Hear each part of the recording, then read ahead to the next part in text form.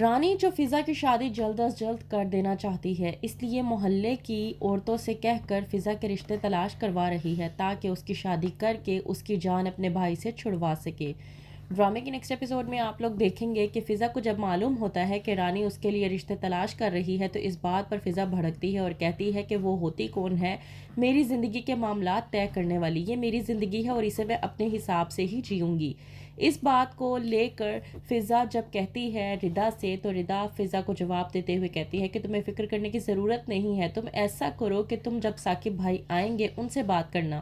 وہ تمہاری بات کو ضرور سمجھیں گے، آخرکار کو وہ ہمارے بھائی ہیں۔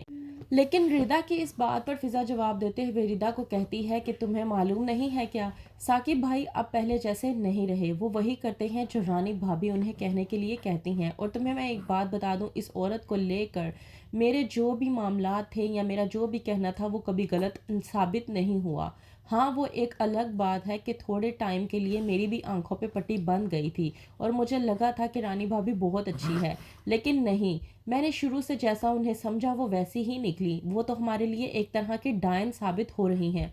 وہیں پر رانی جو کہ اپنی والدہ ذکیہ سے بات کرتی ہے اور کہتی ہے کہ میں نے جس گھر میں رہتی ہوں وہاں پر محلے میں ایک عورت رہتی ہے جو رشتے کرواتی ہے، ان سے فضا کے متعلق بات کر دی ہے، میں چاہتی ہوں کہ جلد از جلد فضا کی شادی کر دوں تاکہ وہ اپنے گھر کی ہو جائے، اس سے پہلے کہ زارون اس کے عشق میں مبتلا ہو جائے اور وہ اس سے شادی کرنے کے لیے پوری طرح سے پاگل ہو جائے، کیونکہ مجھے یہ چیز ہرگز بھی برداشت نہیں ہے۔ زارون رانی کی یہ باتیں سن لیتا ہے۔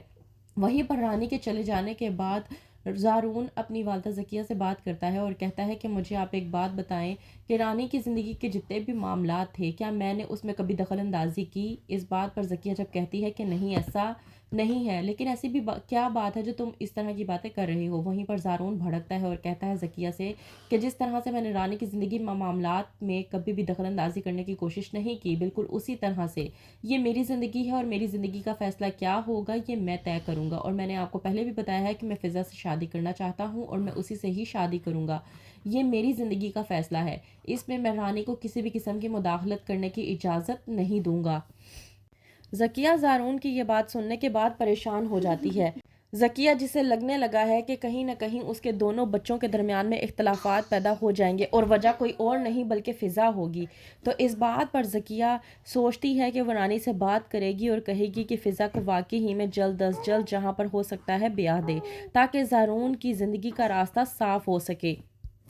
وہیں پر زارون جو کہ ارحم کے بتانے کے مطابق ثاقب سے بات کرنے کی کوشش کرتا ہے اور کہتا ہے کہ میں تم سے ایک بات کرنا چاہتا ہوں، بات یہ ہے کہ میں تم سے جاننا چاہتا ہوں کہ آفس میں تمہارے معاملات جو تھے پیسوں کو لے کر ان کا کیا بنا۔ وہیں پر رانی سمجھ جاتی ہے کہ زارون کیا پوچھنا چاہتا ہے، رانی جو کہ فوراً جواب دیتے ہوئے زارون کا منہ بند کروا دیتی ہے اور کہتی ہے کہ تم مجھے ایک بات بتاؤ، اتنے وقت کے بعد تمہیں یہ بات آخرکار کہاں سے یاد آ گئی؟ زارون جو کہیں نہ کہیں سمجھ رہا ہے کہ ارحم کی والدہ کے زیورات جو چوری ہوئے ہیں کہیں وہ واقعی ہی میں ثاقب نے چوری نہ کیے ہوں۔